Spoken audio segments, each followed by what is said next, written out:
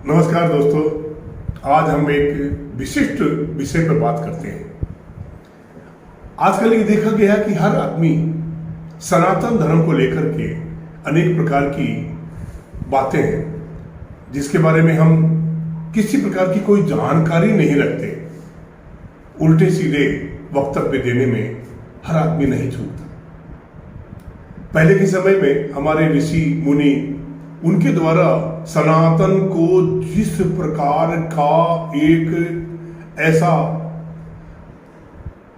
कार्य की अभिव्यक्ति और कार्य की परिणतियां उस प्रकार से हो सके, सनातन धर्म का पालन हो सके, इसलिए उसको ऐसे एक क्रियाकलाप से जोड़ दिया गया जिससे हमको ये आभास भी न हो कि हम सनातन का पालन कर रहे हैं और हमसे वो नियमित रूप से पालन होता रहे।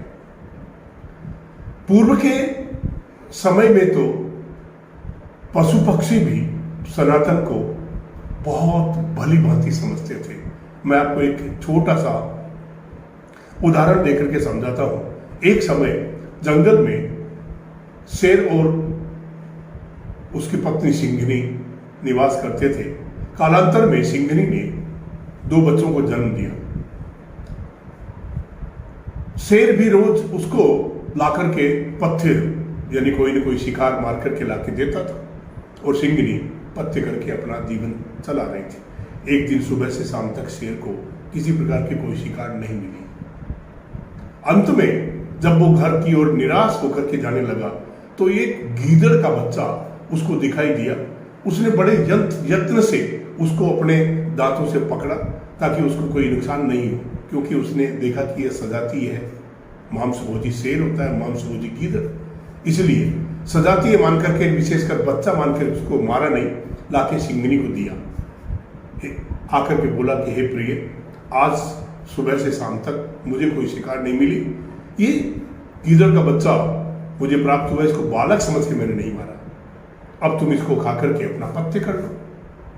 सिंघनी ने शेर की बात को सुनकर के और विचार किया और बोली कि हे नाथ, अकृत्यम नैव कर्तव्यम प्राण त्यागे व्युपस्थिते न च कृत्यम परित्याज्य मेष धर्म सनातन।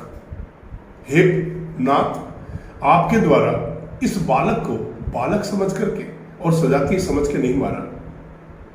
ऐसा सनातन धर्म में कहा है, अकृत्य प्राण त्यागने की उपस्थिति तक भी नहीं करना चाहिए, और जो कृत्य यानी करने योग्य कार्य प्राण त्यागने की उपस्थिति तक भी नहीं छोड़ना चाहिए, यह सनातन धर्म है।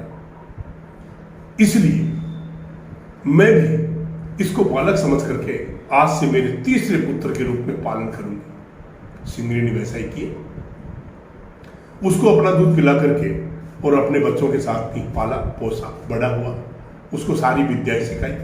एक दिन जंगल में शेर आ गया, हाथी आ गया। शेर के बच्चे और वो गिदड़ का बच्चा साथ में खेल रहे थे। हाथी को देख करके शेर के बच्चों ने कहा, अहो गधो, ये अरे ये तो हाथी है, अस्मत् कुल शत्रु, हमारे कुल का शत्रु है, इसको हम व्यापा देता मारेंगे, चलो। लेकिन वो गिदड़ का बच्चा उस हाथी से डर करके बोला, अरे ये हाथी हमको पांव से कुचल देगा, ऐसा कहकर के निरुत्साहित होता हुआ भाग गया अंदर गुफा में।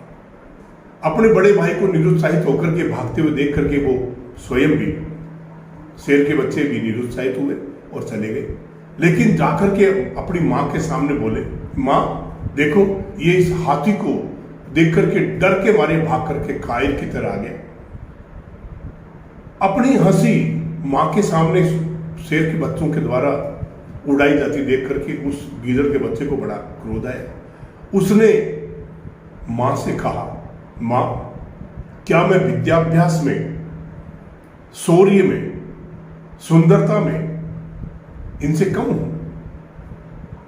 जो मेरी हंसी उड़ाते हैं ये निश्चित रूप से मेरे द्वारा मारे जाने योग्य है।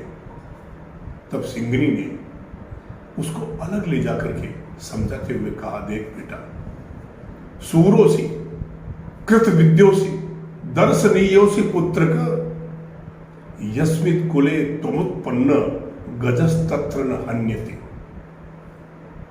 कि हे पुत्र, तुम तो दर्शनीय भी हो, तुम सुंदर भी हो, तुमने विद्याभ्यास भी बहुत किया है, शौर्य भी तुम में है, लेकिन जिस कुल में तुम उत्पन्न हुए हो उस कुल में हाथी नहीं मारे जाते। बिना सोचे समझे लोग सनातन धर्म को नष्ट करने की बात करते हैं। सनातन धर्म हमारे इस भारतवर्ष के प्रत्येक प्राणी के रग रग में बसा हुआ है। उस सनातन धर्म को ये समाप्त करने की बात करते हैं। उनको ये होश नहीं है कि हम जिस स्थिति में और जहां हैं, सनातन धर्म को नष्ट करना तो बहुत दूर की बात है, सनातन धर्म को हम स्पर्श भी नहीं कर सकते।